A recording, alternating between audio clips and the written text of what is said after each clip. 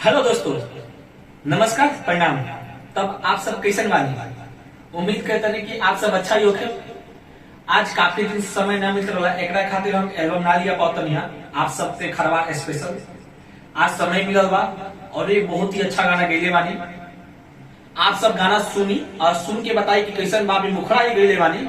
आप सब अगर आगे डिमांड करब तो ये आगे आई।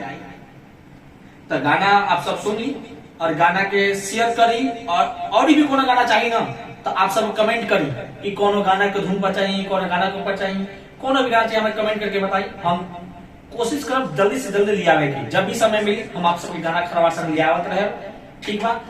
तो अभी चलिए गाना सुनल जाओ।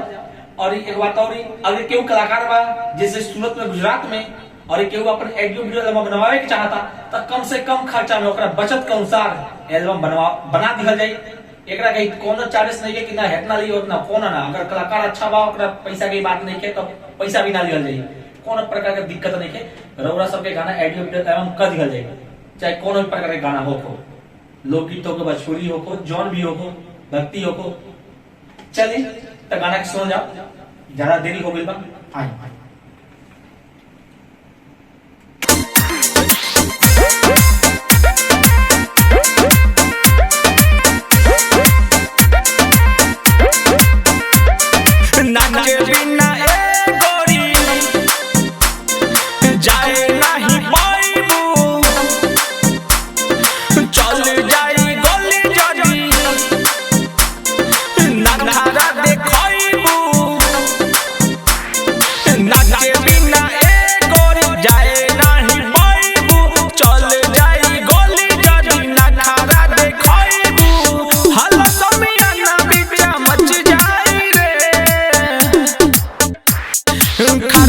के मुंड जब सनक जाई रे, चोलिया स्टेज पे मसक जाई रे, खरवाजी के